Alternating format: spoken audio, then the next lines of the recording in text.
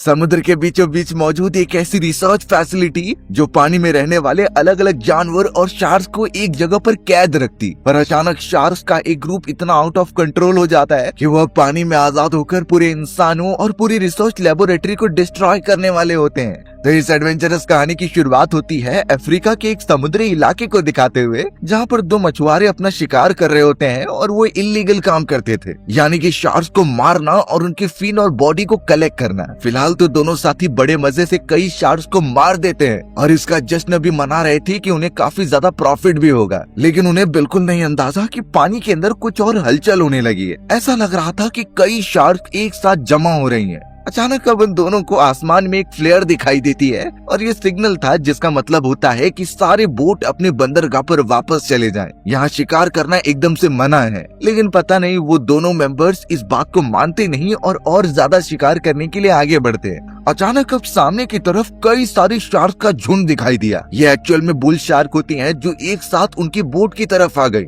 जैसे ही दोनों मेंबर्स पानी में देखने गए तभी वहाँ पर झटके लगे और बेचारे दोनों ही पानी के अंदर गिर जाते हैं। सबसे पहले तो फर्स्ट मेंबर को बहुत बुरी तरीके से शार्क ने मारकर खा लिया था और जब दूसरा मेंबर बोट की तरफ गया तो उसे भी पकड़ लिया गया। ऐसा लग रहा होता है कि वो सभी शार्क अब इंसानों की तरह सोचने लगी हैं और उन्हें पकड़कर बुरी तरीके से मार देती हैं। थोड़ी ही देर में वहाँ पर ट्रेंट नाम का एक आदमी आ जाता है, जिसे सिर्फ खाली बोट दिखाई दे रही थी। वो जब आसपास देखने लगा तो तुरंत ही उसके सामने से वही सारी शार्क्स आ जाती हैं। वो तो तुरंत ही ट्रेंट की तरफ हमला करने के लिए बढ़ रही थी, लेकिन ट्रेंट बिल्कुल घबराता नहीं और अपने गले में मौजूद एक डिवाइस को ऑन कर देता है। इससे हाई फ्रीक्वेंसी निकलने लगी थी और आवाज सुनकर सभी शार्क्स वहाँ से चली जाती हैं। यानी ट्रेंट को इन सारी चीजों का बहुत ही अच्छा नॉलेज है। अब इन सारी चीजों को कुछ दिन बीत जाते हैं और हमें मिस्टी नाम की एक प्रोफेसर दिखाई जा रही थी। मिस्टी दरअसल एक डाइविंग एक्सपर्ट होती है और उसने कई सारे जलजीवी जानवरों के साथ काम करके मदद की है। मिस्टी अपने सारे स्टूडेंट्स को उस इलीगल काम के बारे में बताती है जो लोग बिना परमिशन के शार्क और कई मछलियों को पकड़ने चले जाते। वो तो अपनी वीडियो फुटेजेस भी दिखाती है कि कैसे वो शार्क के साथ पानी में तैर रही है। अगर हम हमला नहीं करेंगे तो वो भी नहीं करेंगे। पर इन सारी चीजों के बीच वो बुल शार्क को एकदम एक्सेप्शन मान रही थी। ये इसलिए क्योंकि बुल शार्क का बिहेवियर अभी तक वो भी समझ नहीं पाई है। इसलिए मिस्टी का यही कहना है कि बुल शार्क को छोड़कर तुम किसी भी शार्क पर भरोसा कर सकते हो। मिस्टी ने और भी सारी अच्छी बातें बताई और जब क्लास खत्म हो जाती है तो वहाँ ग्रेग नाम का एक मैनेजर आता है। ग्रेग मिस्टी की इन्फॉर्मेशन से बहुत ही ज्यादा खुश हो गया था,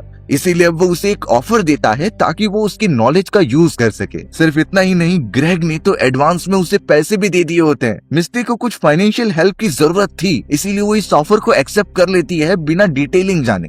ग्रेग अब कुछ समय में ही मिस्टी से कनेक्ट करने की बात करता है। अब हमें ट्रेंट दिखाया गया जो उसी समुद्री इलाके के बीचों बीच मौजूद एक रिसर्च लेबोरेटरी में था। वो एक्चुअल में वहाँ काम करता जो एक ऐसी लेबोरेटरी होती है जहाँ पानी के अंदर मौजूद हर एक जानवरों पर रिसर्च की जाती और उन्हें फेंसिंग वाले इलाके में रखकर प्रोटेक्ट किया जाता। ट्रेंट जब वहाँ आसपास देख रहा था तो उसे कुछ बुल शार्क्स दिखाई नहीं देते। वो अपने साथी से आकर पूछने लगा कि फेंसिंग ओपन क्यों की गई है, लेकिन उसका साथी को तो इस बारे में कुछ पता ही नहीं था। लेकिन जब ट्रेंट ध्यान से देखने लगा तो पता चला फेंसिंग के नीचे वाले हिस्से पर खुदाई की गई है और वहीं से वो खतरनाक बुल शार्क्स बाहर निकली होंगी। यानी उन शार्क्स की थिंकिंग पावर काफी ज्यादा बढ़ चुकी है। ट्रेंट समझ चुका था कि ये खतरनाक कंडीशन है और वो इस पर एक्शन लेने की मांग करता है। हमें अब मिस्टी दिखाई गई जिसके सामने ग्रेग आ गया था। वो तो अपने कुछ मेंबर्स को इंट्रोड्यूस कराता है जो मिस्टी के साथ काम करेंगे और अब फिलहाल के लिए वो एक छोटे बोट पर बैठकर उसी मिस्टीरियस लेबोरेटरी में चले जाते हैं जहाँ पर ट्रेंट एक्चुअल में काम करता था। मिस्टी तो ट्रेंट से भी पहली बार मिल रही थी और वो इस जगह के हर एक चीजों के बारे में पूछ रही होती है। ट्रेंट भी उसे उस हिसाब से जवाब देता है। थोड़ी ही देर में कार्लोस नाम का बिजनेसमैन वहाँ पर आ गया जो इस पूरी लेबोरेटरी का मालिक था। वो अपने इन सारे एक्सपेरिमेंट के ऊपर काफी कॉन्फिडेंट लग रहा होता है। उसने तो मिस्टी, ग्रेग और सभी को ये आश्वासन दिया कि हमारी ये लेबोरेटरी बहुत ही ज्यादा सेफ है और यहाँ आपको हर एक तरीके की शार्क्स और जानवर देखने मिल जाएंगे। लेकिन मिस्टी को कहीं न कहीं बुल शार्क के ऊपर थोड़ा शक हो रहा था। वो कहती है कि ये तो इतने एग्रेसिव हैं कि किसी बड़ी से बड़े फेंसिंग को भी तोड़ दें। अब इन्हीं सारे क्वेश्चंस की वजह से कार्लोस सभी को बाहर लेकर आता है और तुरंत ही एल्डर नाम के एक आदमी को पानी में फेंक देता है। ये बहुत ही ज्यादा खतरनाक कंडीशन थी क्योंकि शार्क कभी भी आ सकती हैं। मिस्टी तो उसे बचाने के लिए कहती हैं, लेकिन एल्डर डूबता जा रहा था। ये पता चला कि दूर से ही कई सारी शार्क्स उसकी तरफ बढ़ रही हैं और ये वही बुल शार्क थी जिसने शुरुआत में 2 लोगों को मार दिया था। मिस्टी को जब दिखाई दिया कि कोई कुछ कर नहीं रहा है तो वो खुद कूद जाती है एल्डर को बचाने के लिए। जैसे तैसे वो एल्डर को किनारे पर लेकर आने लगी, लेकिन वो बुल शार्क्स का झुंड उसके काफी पास पहुंच चुका था। एक समय पर लगा कि वो दोनों मर जाएंगे, लेकिन तभी ट्रेंट ने हाई फ्रीक्वेंसी वाली साउंड निकाले जिससे कि वो सभी शार्क वहाँ से दूर चले जाते हैं। मिस्टी भी जैसे तैसे एल्डर को किनारे के ऊपर लेकर आ गई। वो थोड़ा गुस्सा भी हो रही थी, लेकिन कार्लोस ने बताया कि हमने सारे वे ढूंढ लिए हैं कि कैसे शार्क को कंट्रोल किया जाए, हमें तो इनसे डरने की बिल्कुल भी जरूरत नहीं है। कार्लोस ने तो ये भी बताया कि हमने उन्हें हाई क्लास ट्रेनिंग भी दी है, यानी वो हमारी बात जरूर मानेंगे। ये सारी चीजें समझाने के बाद कार्लोस गुस्से में अपने कमरे में आ जाता है। उसने एक बॉक्स लिया जिसके अंदर कई सारी रेड फ्लूइड के लिक्विड भरे हुए होते हैं। अचानक कार्लोस एक लिक्विड के बोतल को पीने लगा होता है। ये एक अजीब तरीके का रासायनिक लिक्विड था जो उसके बॉडी में अनजानी चेंजेस करते। कार्लोस इसके बाद एकदम से मदहोश हो चुका था। उसे तो कुछ समझता ही नहीं, लेकिन कहीं न कहीं वो खुश भी हो रहा था। यानी अब जो भी हो रहा है वो उसका एक प्लान है। अब तुरंत ही उस जगह पर ग्रेग आ जाता है जो कार्लोस के सामने अपना रिपोर्ट रख रहा था। उसने ये भी बता दिया कि हमारे लेबोरेटरी से कई शार्क बाहर भी निकल चुकी हैं और ये वही शार्क्स थी जिन पर हाल ही में एक्सपेरिमेंट किए गए होते हैं। सबसे खतरनाक बात थी कि आज सुबह ही उन शार्क ने कुछ लोगों को मार दिया होता है। अगर ये बात लोगों को पता चलेगी तो हमारी लेबोरेटरी बंद हो सकती है। लेकिन कार्लोस डरने के बजाय खुश हो रहा होता है, क्योंकि जैसा उसने एक्सपेक्ट किया था वो शार्क वैसा ही कर रही थी। एक्चुअल रियलिटी तो अब जाकर रिवील हुई कि उन शार्क्स के ऊपर अजीब तरीके के एक्सपेरिमेंट किए गए होते हैं। उनके अंदर कुछ लिक्विड डाले गए थे ताकि उनकी थिंकिंग पावर काफी तेज हो जाए। वो इतनी ज्यादा आगे बढ़े कि इंसानों जैसी सोचने लगे और फिलहाल इनकी थिंकिंग पावर बढ़ती चली जा रही है। कार्लोस ने तो खुश होकर ये भी कहा कि कुछ ही समय में हमारी ये एक्सपेरिमेंट खत्म हो जाएगा, लेकिन उसके बाद हमें उन सारी शार्क्स को मारना होगा ताकि कोई भी सबूत ना मिले। अब कार्लोस ये सारी चीजें ग्रेग से जब बात कर रहा था तभी उस जगह के मिरर से एक शार्क बाहर से सब कुछ देख रही होती है। वो भले से ही कुछ सुन नहीं पा रही थी, लेकिन म्यूटेशन की वजह से कार्लोस के लिप सिंक को समझ लेती है। यानी उसे सब पता चल गया है इस बारे में और लगता है कि आगे चलकर वो जरूर एक बगावत करेगी। कार्लोस तो अपने इन सारे एक्सपेरिमेंट में ही एकदम डूबा हुआ था। कार्लोस अब अपने चल रहे एक्सपेरिमेंट को शो करने के लिए सभी को वहाँ पर बुला लेता है। वो तो इसमें लिजी और डैनियल नाम के 2 रिसर्चर्स को भी शामिल कर रहा था और वो उनकी मदद चाहता था। कार्लोस ने बताया कि उसने एक ऐसा रासायनिक पदार्थ तैयार किया है जो अलग अलग प्रजाति के शार्क के बॉडी में डालने पर वो उनके मानसिक स्थिति को चेंज करता था। यानी इन रासायनिक तत्वों से शार्क का IQ लेवल और सोचने समझने की क्षमता बढ़ जाएगी। तो इसलिए वो चाहता है कि लिजी और डैनियल इस पर अपनी अनुमति दें कि आगे क्या किया जा सकता है। लेकिन फिलहाल वो दोनों भी कार्लोस के कॉन्सेप्ट को समझ नहीं पा रहे होते। तब जाकर कार्लोस ने इसे डेमोन्स्ट्रेट करने का ही डिसाइड किया। वो तो ट्रेंट से कहकर उनमें से एक मौजूद शार्क को वही लिक्विड लगाने के लिए कहता है। उस लिक्विड को अप्लाई करने के बाद थोड़ी देर के अंदर वो शार्क एकदम नॉर्मल रिएक्ट करती है। सभी देखकर यही सोच रहे थे कि शायद लिक्विड हार्मफुल नहीं है और वो शार्क को और भी ज्यादा तेज बनाती है। कार्लोस का यही एम था कि अगर ये सारे तत्व बहुत अच्छे से काम करेंगे तो हम शार्क से होकर इंसानों पर भी इसे प्रयोग कर सकते हैं। फिर इंसान अपने दिमागी क्षमता को काफी लेवल तक बढ़ा सकता है। ये सारी चीजें जैसे ही मिस्टी ने सुनी तो वो इसके अगेंस्ट हो गई, क्योंकि ये तो प्राकृतिक नियमों को तोड़ने के बराबर था। कार्लोस फिर इसका जवाब देता है कि जिस तरीके से डेवलपमेंट हो रहे हैं और रोबोट्स बनाए जा रहे हैं, एक समय ऐसा आएगा जब वो इंसानों को रिप्लेस कर देंगे। तो इससे अच्छा है कि हम लिक्विड की मदद से अपनी ही क्षमताएं बढ़ा लें। मिस्टी समझ चुकी थी कि शायद कार्लोस खुद को भगवान मानता है और शायद वो आगे चलकर सभी इंसानी प्रजाति को एक ऐसे खतरे में डाल देगा जिससे बाहर निकलना तो नामुमकिन होगा। इन्हीं रीजंस की वजह से मिस्टी अब जॉश नाम के वहाँ के एक वर्कर से बात करने चली जाती है। वो तो उससे सारी सच्चाई पूछ रही थी कि लिक्विड का असर शार्क्स पर कैसा होता है। जॉश डरा हुआ था, लेकिन वो सब बता देता है कि कैसे शार्क्स का दिमाग तेज हो रहा है। उनकी देखने की शक्ति और भी ज्यादा क्लियर हो चुकी है और वो इस तरीके से सोच सकते हैं जैसे कोई इंसान। जॉश ने ये भी बोला कि जो लिक्विड शार्क को दी जाती है वो खुद कार्लोस भी कंज्यूम कर रहा है, ये देखने के लिए ताकि उसका असर कैसा होता है। इन सारी बातों से मिस्टी इतना तो समझ चुकी थी कि कार्लोस एकदम पागल है। वो इस लेबोरेटरी के अंदर इलीगल एक्सपेरिमेंट करता जा रहा है। अब वो सब बात कर ही रहे थे तभी उस शार्क जिसके अंदर वो लिक्विड डाले गए होते हैं उसका बिहेवियर काफी एग्रेसिव हो गया। वो तो आकर उस बड़ी सी लेबोरेटरी से ही टकराने लग जाती है। कार्लोस और जॉश भी ये देखकर एकदम दंग थे कि आखिर वो ऐसा बिहेव क्यों कर रही है। लेकिन मिस्टी ने अपने एक्सपीरियंस के अकॉर्डिंग कहा कि शायद हो सकता है कि वो शार्क प्रेग्नेंट हो। कार्लोस को इस पर भरोसा नहीं हो रहा था, इसीलिए वो जांच करने की मांग करता है। तो इसलिए मिस्टी और जॉस एक साथ चले जाते हैं जांच करने के लिए। वहीं बाहर की तरफ ट्रेंट नोटिस कर पा रहा था कि एक बोट अपने आप चलने लगी है। वो सीधा जाकर एक जनरेटर वाले इलाके से टकरा जाती है। टकराव इतना तेज था कि सारे ऑयल के कंटेनर्स पानी में गिरने लगे और वहाँ का जनरेटर ऑफ हो चुका था। ट्रेंट नहीं समझ पा रहा होता, इसीलिए वो इल्डर के पास जाकर चालू करने की मांग करता है। उसे शक था कि ये काम किसी शार्क का हो सकता है। अब जॉस मिस्टी के साथ उन्हीं में से एक शार्क को बेहोश कर देता है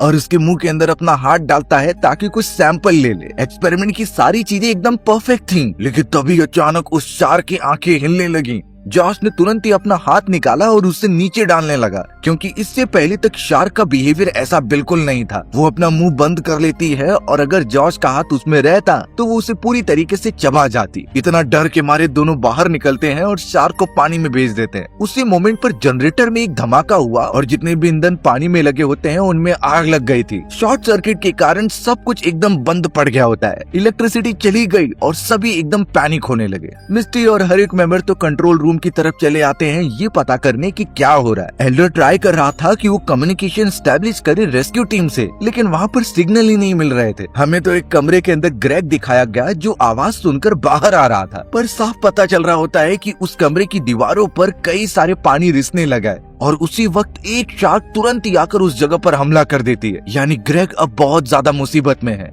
अब एल्डर ने सभी को बताया कि लेबोरेटरी के कुछ हिस्सों में पानी घुस चुका है। वो सीसीटीवी कैमरे की मदद से जब शार्क्स को देखने जाता तो पता चल रहा था कि शार्क कैमरे को तोड़ रही हैं। आखिर उन्हें कैसे पता कि इस जगह पर कैमरा लगाया गया है? मिस्टी उन शार्क के अंदर कुछ अजीब बिहेवियर नोटिस कर रही थी। ऐसा तो उसने पहले किसी भी शार्क के अंदर नहीं देखा था। वो तो लेबोरेटरी के चारों तरफ झुंड बनाकर घूम रही होती हैं, जैसे कि उनका शिकार करने वाली हो। सबसे ज्यादा चौंकाने वाली बात तब हुई जब मिस्टी पानी के अंदर ग्रेग की डेड बॉडी को तैरते हुए देख रही थी। यानी कि उन शार्क ने हमला करके ग्रेग को पहले ही मार दिया है। सभी ये देखकर दंग रह गए और समझ गए होते हैं कि वो इस पूरे लेबोरेटरी में फंस गए हैं। लेकिन मिस्टी एक अजीब सी चीज नोटिस करती है उन शार्क के काटे जाने के निशान पर। ग्रेग की बॉडी पर जो निशान बने हुए थे वो किसी शार्क के नहीं बल्कि छोटे छोटे पिराना मछली के लग रहे होते हैं। और इससे मिस्टी समझ जाती है कि लास्ट वाली शार्क के ऊपर जो एक्सपेरिमेंट किए गए उससे वो प्रेग्नेंट होकर बच्चे पैदा कर चुकी है और शार्क के वो बच्चे बहुत ही ज्यादा म्यूटेटेड है। वो झुंड में पहले से बहुत ज्यादा स्पीड से हमला कर सकते हैं। यानी अब सिचुएशन ऐसी आ चुकी है कि उन्हें रेस्क्यू टीम को बुलाकर यहाँ से निकलना होगा। पता नहीं ये पूरी लेबोरेटरी कब तक सस्टेन कर पाएगी। कार्लोस को भी जब इस खतरनाक चीज के बारे में पता चला तो वो कहता है कि हमें छत के ऊपर जाकर वहाँ से सिग्नल भेजने होंगे, तब जाकर एक कोस्ट गार्ड की टीम यहाँ आ पाएगी। लेकिन उस कमरे के दरवाजे एकदम पैक हो चुके थे। किसी को पानी में जाकर ऊपर की तरफ बढ़ना होगा। मिस्टी इसके लिए तैयार तो होती है, लेकिन ट्रेंट ने मना कर दिया। वो कहता है कि मैं खुद जाऊंगा क्योंकि इस जगह के बारे में उसे ज्यादा पता है। दोनों के बीच थोड़ी डिस्कशन होने लगी और बाकी लोग तो पैनिक हो रहे थे। तभी अचानक पता चला कि ट्रेंट का एक साथी जो वहाँ काम करता था वो खुद चला गया है बाहर। सभी उसे देख तो रहे थे, लेकिन अचानक एक शार्क ने उस पर हमला कर दिया। शार्क का निशाना थोड़ा चूकने की वजह से उसे कुछ होता नहीं, लेकिन वो बेहोश होकर नीचे गिरने लगा था। ट्रेंट अपने साथी को इस तरीके से मरने तो नहीं दे सकता, इसीलिए वो भी पानी में उतरकर तुरंत ही उसे सेफ जगह पर लेकर आ जाता है। मिस्टी उस आदमी को सीपीआर देकर तुरंत ही रिवाइव करती है। जैसे तैसे वो होश में आकर उसका शुक्रिया अदा करने लगा, लेकिन ट्रेंट का वो साथी कहता है कि अभी हमारा काम खत्म नहीं हुआ है। अब वो जैसे ही अपने कुछ सामान लेने के लिए पानी की तरफ बढ़ा, तभी वही शार्क जिसे इंजेक्शन दिए गए थे वो कूदकर उसका पूरा सर काट के लेकर चली जाती है। यानी वो इतनी एग्रेसिव हो चुकी थी कि अपने ही ट्रेनर को मार दिया उसने। सबके सामने ये हादसा हो रहा था और किसी को भी इस पर भरोसा होता ही नहीं। सभी लोग कार्लोस के इस एक्सपेरिमेंट को एक दानवी एक्सपेरिमेंट मानने लगे थे, जो नॉर्मल शार्क को एक दानव बनाते जा रहा है और अब यही दानव उनकी मौत का कारण बनेंगे। कार्लोस भी समझ चुका था कि अब उन्हें यहाँ से बाहर निकलना ही होगा, इसलिए वो भी मिस्टी की बात से एग्री कर जाता है कि हमें इन सारी शार्क को मारना होगा। अब जैसे ही वो सब आगे बढ़ते तभी वो पूरी लेबोरेटरी के अंदर पानी भरने लगता है। वहाँ का प्रेशर इतना ज्यादा हो चुका था कि कई चेम्बर्स तो टूट चुके होते हैं। पानी का बहाव वहाँ इतना ज्यादा था कि सभी अलग अलग जगह पर बट गए होते हैं। मिस्टी तो ट्रेन के साथ एक दूसरी जगह पर आ गई थी और वो दोनों ट्राई कर रहे थे कि उस जगह को कैसे बंद कर दे। उन्होंने पूरी कोशिश करके दरवाजा क्लोज कर दिया था।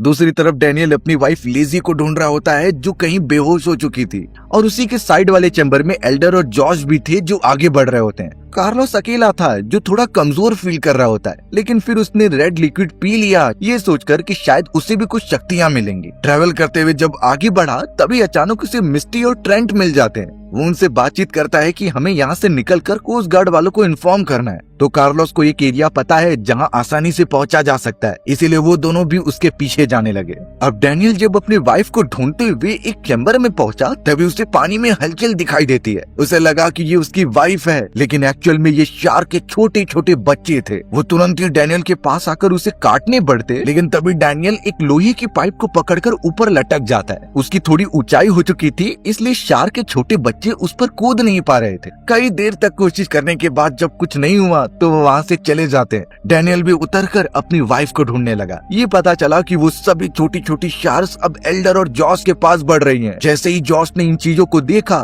तो वो एल्डर को इन्फॉर्म करके एक कमरे में जाते हैं। एल्डर तो जल्द से जल्द एक बेड के ऊपर चढ़ गया था, पर जॉस बेचारा नीचे रह जाता है और उसने दरवाजा बंद किया। एक समय पर लगा कि वो बच जाएगा क्योंकि शार्क तो दरवाजा तोड़कर नहीं आ सकती थी, लेकिन पानी का प्रेशर ही इतना ज्यादा था कि दरवाजे में से पानी आने लगा। वो नीचे का पूरा कमरा पानी से भर जाता है और सभी छोटी छोटी शार्क जॉस को काटकर खाने लगी।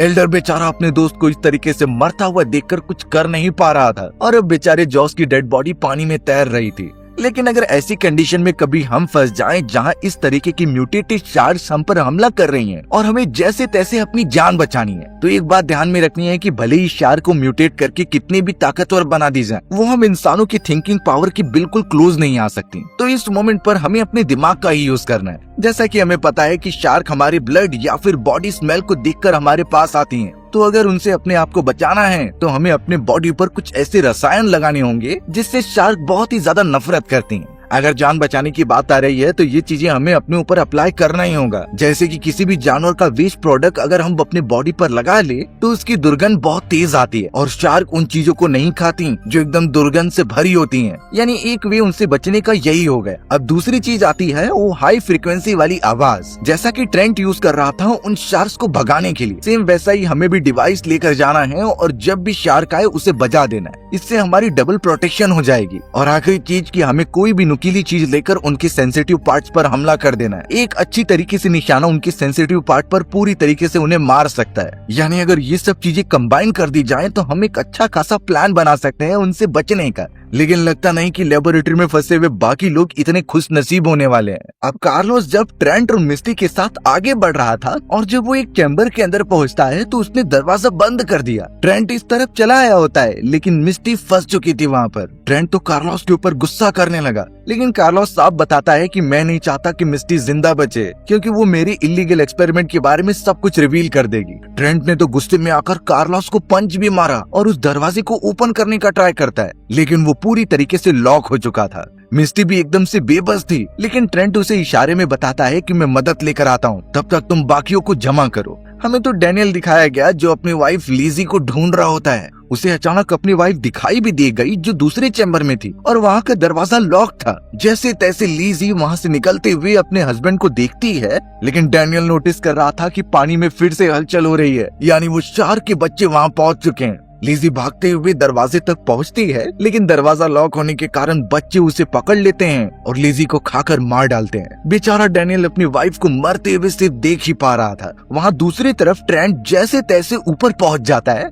और सैटेलाइट फोन से रेस्क्यू टीम से कांटेक्ट कर लेता है ताकि वो मदद करने आ जाए। एल्डर तो अभी भी एक छोटे से एयर बैग के ऊपर आगे बढ़ रहा था, पर फिर से वो छोटे शार्क वहाँ आ जाते हैं और उसे पानी में गिरा लेते हैं। उसकी नसीब अच्छी थी कि वो तैरकर वहाँ से आगे बढ़ गया। अचानक अब एल्डर को डैनियल दिखाई देता है। डैनियल अपनी वाइफ के मरने के बाद बिल्कुल भी जीना ही नहीं चाहता था, वो सारी होप छोड़ बैठा हुआ होता है। लेकिन एल्डर उसे समझाता है कि हम यहाँ से साथ में निकलेंगे, तुम सिर्फ थोड़ी सी हिम्मत बना कर रखो। डैनियल भी अब एल्डर के साथ आगे बढ़ने लगा था।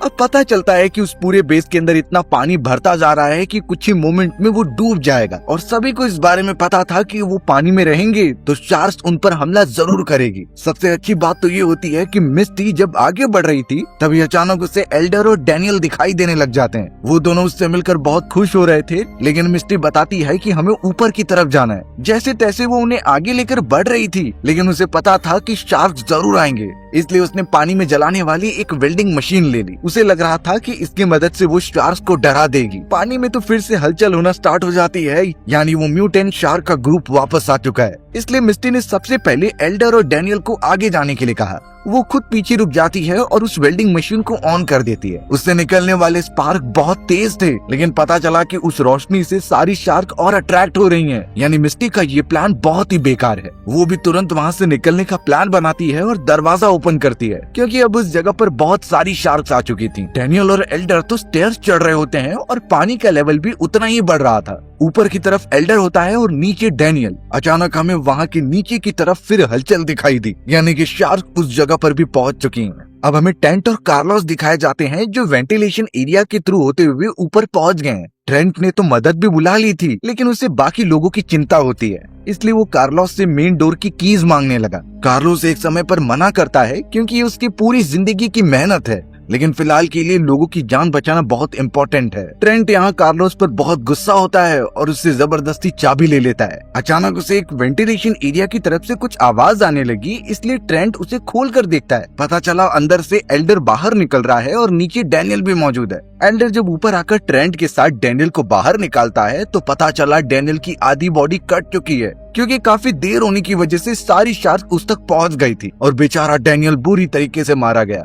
वो डैनियल को वहीं पर छोड़ देते हैं और वेंटिलेशन एरिया बंद कर देते हैं। ट्रेंट को तो यही लग रहा था कि अब शायद मिस्टी तो मर चुकी होगी। वो जैसे तैसे एक खिड़की के रास्ते से होते हुए पानी में आ जाती है। ट्रेंट काफी खुश हो गया और जब मिस्टी आगे बढ़ रही थी तभी एक बड़ी सी बुल शार्क उसकी तरफ बढ़ने लगी। ट्रेंट पूरी कोशिश कर रहा था कि वो मिस्टी को बचा ले और जैसे तैसे वो किनारे पर पहुंच जाती है। जब मिस्टी को पता चला कि डैनियल मर चुका है तो वो कार्लोस पर बहुत गुस्सा हो रही थी, क्योंकि उसकी एक गलती की वजह से इतने लोग मर चुके हैं और अब ये पूरा रिसर्च बेस भी डूबने वाला है। अब थोड़ी देर तक वेट करने के बाद वहाँ पर एक रेस्क्यू ड्रोन आता है। ये वही रेस्क्यू टीम का था जिन्होंने कंफर्मेशन के लिए यहाँ भेजा होता है। सभी को लगा कि वो बच जाएंगे, लेकिन ड्रोन जब पानी के ऊपर से गुजर रहा था तभी एक शार्क उस पर झपट्टा मार देती है। यानी वो नहीं चाहते कि ये सब यहाँ से निकले। एक आखिरी होप बची हुई थी, वो भी खत्म हो गई। एल्डर तो यही सोच रहा था कि अब वो नहीं बचने वाले, पर ट्रेंट, मिस्टी और बाकियों को कहता है कि एक मोटर बोट वहाँ पर मौजूद है, अगर हम उस तक पहुँच जाएं तो निकल सकते हैं।